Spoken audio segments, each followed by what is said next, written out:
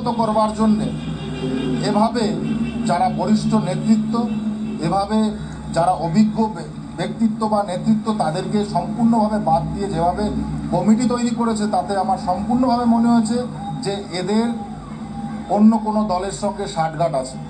তাই কারোর কথা না চিন্তা করে, সবাইকে উপেক্ষা করে, আজকে যদি পার্সেন্টেজের কথা বলি, 90% মানুষকে, দলে থাকা 90% মানুষকে বাদ দিয়ে কি করে কমিটি তৈরি হলো, আর সেটা কি ভারতীয় জনতা পার্টির ক্ষেত্রে ক্ষতিকারক নয়? এই প্রশ্ন আমি সবার আগে তুলে দিচ্ছি, এবং এটাই সবচাইতে আগামী দিনে যাতে ভারতীয় জনতা পার্টির ক্ষতি না হয় সেই মোকাবিলার্থে আমরা একত্রিত হয়েছি, এবং ভারতীয় জনতা পার্টির যাতে কোনোভাবে ক্ষতি না করতে পারে এরা, সেই উদ্দেশ্যকে আমরা আগামী দিনে বানচাল করবো। এই উদ্দেশ্যে আমাদের মূল বৈঠক। সংগঠনের একজন নেতা, আপনাদের নিশ্চয়ই নাম বলতে হয় না, বুঝেই গেছেন কে। সংগঠনের দায়িত্বে কোন নেতা আছে সেটা আপনারা বুঝে গেছেন। আমি নাম বলে তাকে আমি হাইলাইট করতে চাই না। আমি জানি না তার কি প্রভাব আছে পশ্চিমবঙ্গে। তার একার জন্য টোটাল বিজেপি ধ্বংস হয়ে যাবে, এটা হতে দেবো না, কখনো হতে দেবো না। কারণ আমরা চাই মাননীয় প্রধানমন্ত্রীজির হাতকে মজবুত করতে, আমরা চাই ভারতীয় জনতা পার্টির হাতকে মজবুত করতে, এটাই কথা। আপনারা কি তার অপসারণ চাইছেন? না, এটা এই মুহূর্তে আমি বলবো না, আমি আপনাদের অবশ্যই জানিয়ে দেবো, আমরা জানিয়ে দেবো সকলে। না, আমরা সকলের একটা সিদ্ধান্তে এসে আমরা জানাবো আমরা কি করতে চলেছি। আজকে যে মিটিংয়ে যতটুকু কথা হয়েছে ততটুকু আপনাদের জানাবো। আপনারা কি ওই ব্যক্তির অপসারণ চাইছেন?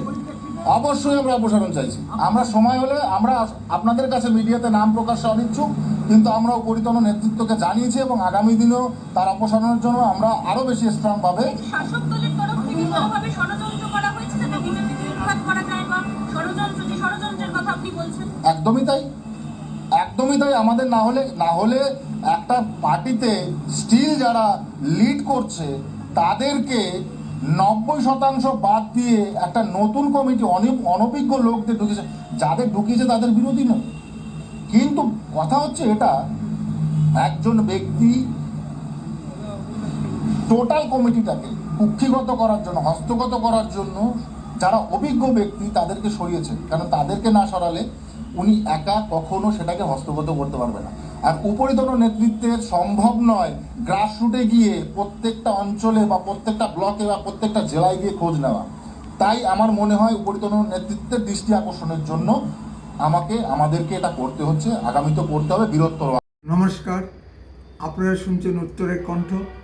উত্তরের কণ্ঠ থেকে আমি প্রভাত বসাক, তুফানগঞ্জ, কোচবিহার। উপরের প্রশ্নটি দিয়ে আজকে প্রতিবেদনটি শুরু করলাম। যেটুকু খবর পাওয়া যাচ্ছে তাতে মনে হয় বঙ্গ বিজেপির সাংগঠনিক নির্বাচন পর্ব কেন্দ্রীয় নেতৃত্ব স্থগিত করে দিয়েছে। কারণ হিসেবে বলা হচ্ছে প্রাথমিক সদস্য সংগ্রহে প্রচুর জল মেশানো হয়েছে। এমন অনেক বুথ আছে যেখানে কেউ প্রাথমিক সদস্য সংগ্রহের জন্য জানেনি। প্রাথমিক সদস্য সংগ্রহের ব্যাপারটি বড় ফোনের মাধ্যমে, অর্থাৎ অ্যান্ড্রয়েড মোবাইলের ফোনের মাধ্যমে করার ব্যবস্থা করা হয়েছে। বিষয়টি বেশ জটিল। অনেক সক্রিয় কর্মীর অ্যান্ড্রয়েড মোবাইল নেই বা থাকলেও চালাতে পারে না। যদি বলেন অ্যান্ড্রয়েড মোবাইল নেই তো বিজেপি করতে হবে না, সে অন্য প্রসঙ্গ। কিন্তু মোবাইলহীন বিজেপির সক্রিয় সদস্যরা সিপিএম তৃণমূলের মার খেয়েও বাড়ির কাজ ক্ষতি করে, গায়ের রক্ত জল করে এতদিন ধরে বিজেপিটা ধরে রেখেছে। অ্যান্ড্রয়েড মোবাইলের জন্য কি তাদের বাদ দিতে হবে? উপরের নেতৃত্বের নিকট প্রশ্নটি থাকলো। এবার আসুন বুথ কমিটি গঠন প্রসঙ্গে। প্রাথমিক সদস্য সংগ্রহের অভিযান প্রায় 3-4 মাস ধরে চলছে। রাজ্য কমিটির কথা বলতে পারবো না, তবে জেলা কমিটিগুলি মণ্ডল সভাপতিদের ঠিক সেভাবে সক্রিয় করে তুলতে পারেননি। ফলে মণ্ডল সভাপতিরা গা ছাড়া মনোভাব নিয়ে প্রাথমিক সদস্য সংগ্রহে অভিযানে নেমেছে। বুথ কমিটিগুলো সঠিক নিয়মে গঠন করা যায়নি। তাড়াহুড়া করে একে তাকে ডেকে বুথ কমিটিগুলি গঠন করা হয়েছে। 24-এর লোকসভা নির্বাচনের পরে সন্ত্রাসের ভয়ে অনেক মণ্ডল সভাপতিরা ঘর ছেড়ে বিরুদ্ধে সাহস পাননি। তার সঙ্গত কারণও আছে। নেতৃত্ব কতজনকে সেফগার্ড দিতে পেরেছেন। এখনও দেশারি অঞ্চলে সক্রিয় বিজেপি কর্মী শ্রী নির্বাণশীলের উপর কৃষি ধর্মঘট চাপিয়ে রাখা আছে। দেওসরাই অঞ্চলে বিজেপি কর্মীরা দেওসরাই বন্দরে বাজার ঘাট করতে যেতে পারে না। একটি অঞ্চলের উদাহরণ দিলাম, অনেক অঞ্চলই একই পরিস্থিতি। এরকম বিষম পরিস্থিতিতে কর্মীরা বিজেপিটা করছেন, নেতারা কি তা বোঝেন? শহরের নিরাপত্তায় পার্টি বসে রাজনীতি করা এক জিনিস, আর গ্রামের তৃণমূল গুন্ডা বাহিনীর বিরুদ্ধে দাঁড়িয়ে রাজনীতি করা অন্য জিনিস। গ্রামের সাধারণ নিম্ন বর্গের লোকেরা বিজেপি করেন, তারা সকল প্রকার সরকারি সুযোগ সুবিধা থেকে বঞ্চিত। অন্য কারো বাড়িতে কাজও বন্ধ করে দেওয়া হয়েছে। অনেক সক্রিয় কর্মীর পেটের দায়ে বিদেশে চলে গেছেন কাজের সন্ধানে, আবার অনেকে সংসারের কাজে মন দিয়েছেন। সারা সময় ধরে বিজেপি করলে পেট তো আর চলে না, তারাও সময় দিতে পারছেন না। ফলে প্রাথমিক সদস্য সংগ্রহের অভিযান সঠিকভাবে বাস্তবায়ন করা সম্ভব হয়নি। আবার অনেক বোনাফাইড বিজেপি কর্মীরা প্রাথমিক সদস্য হতে আগ্রহী নন, কারণ যখন তাদের বাড়িঘর ভাঙা হয়েছে কোনো নেতা তাদের খোঁজ খবর নিতে আসেননি, ফোন করেও কাউকে পাওয়া যায়নি। তৃণমূল থেকে আসা হঠাৎ বিজেপি বনে যাওয়া নেতা পুরনো সক্রিয় বিজেপি কর্মীদের সঙ্গে এমন ব্যবহার করেছেন যে পুরনো সক্রিয় বিজেপি কর্মীরা প্রাথমিক সদস্য পদ নিতে আগ্রহী নন। ওই নেতা কিন্তু আবার তৃণমূলে ফিরে গেছে। মধ্যেখানে সক্রিয় বিজেপি কর্মীরা গোসা করে বসে আছেন। পুরনো নিষ্ক্রিয় বিজেপি কর্মীদের পুনরায় সক্রিয় করে তোলার কোনো উদ্যোগ দেখা যাচ্ছে না, ইত্যাদি নানাবিধ কারণে 1 কোটি প্রাথমিক সদস্য সংগ্রহের লক্ষ্যমাত্রায় 50% সম্পূর্ণ হয়নি। মণ্ডল সভাপতি নিয়ে কিছু বলা দরকার। মণ্ডল সভাপতিদের বয়স উচ্চ নেতৃত্ব স্ট্রিক্টলি বেঁধে দেওয়া হয়েছে সর্বাধিক 45 বছর। এই পর্যায়ক্রমের অনুযায়ী মণ্ডল সভাপতি পাওয়া যাবে কিনা সন্দেহ, পাওয়া গেলেও তারা সঠিকভাবে কাজ করতে পারবেন কিনা সে বিষয়ে প্রশ্ন থেকেই যায়। জেলা সভাপতি হিসেবে যে ফুল টাইম সময় দিতে পারবেন এরকম সক্রিয় কর্মীকেই বাছা উচিত। পার্ট টাইম বা অন্য কোনো পেশায় যুক্ত বা এমএলএ এমপিদের বাছা সঠিক হবে না। তাকে 24 ঘন্টায় পার্টির জন্য সময় দিতে হবে। পার্টি এখন অনেক বড় হয়েছে, দেখভালের জন্য সময় দরকার। এমএলএ এমপি দিয়ে হবে না, কারণ তাদের সবসময় কলকাতা দিল্লি দৌড়াতে হয়। সম্মানিত দর্শক, শান্তনু ঠাকুরের প্রেস বাইটটি আপনারা দেখলেন। আমার এই ভিডিও বার্তা দলকে বিপদগ্রস্ত করার জন্য নয়, দলকে সতর্ক করার জন্য।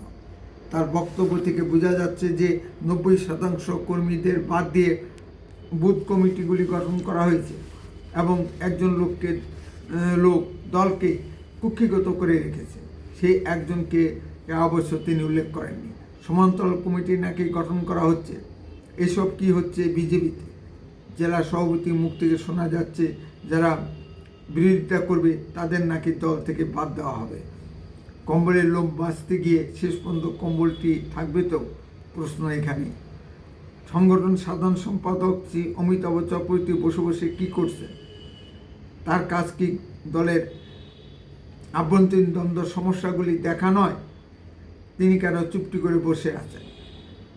এক বিশাল সংখ্যক কর্মী নিষ্ক্রিয় হয়ে গেছে, তাদের সক্রিয় করে তোলার জন্য সংগঠন সাধারণ সম্পাদকের ভূমিকা থাকবে না, এটা মানা যায় না। অবশ্য সে যোগ্যতা তার থাকলে তবেই তো কেন্দ্রীয় নেতৃত্বে দেখা উচিত রাজ্য বিজেপির ভিতর এই দ্বন্দ্ব সংঘাতের পিছনে তৃণমূলের কোনো চাল আছে কিনা। তৃণমূল ও মমতা ব্যানার্জি এত সহজ রাজনীতিবিদ নন। রাজ্যে ও জেলায় অনেক বিজেপি নেতাদের তৃণমূল টাকা দিয়ে কিনে রেখেছে। রাজ্য সভাপতিদের ভিতর শ্রী দিলীপ ঘোষ একজন সফলতম রাজ্য সভাপতি।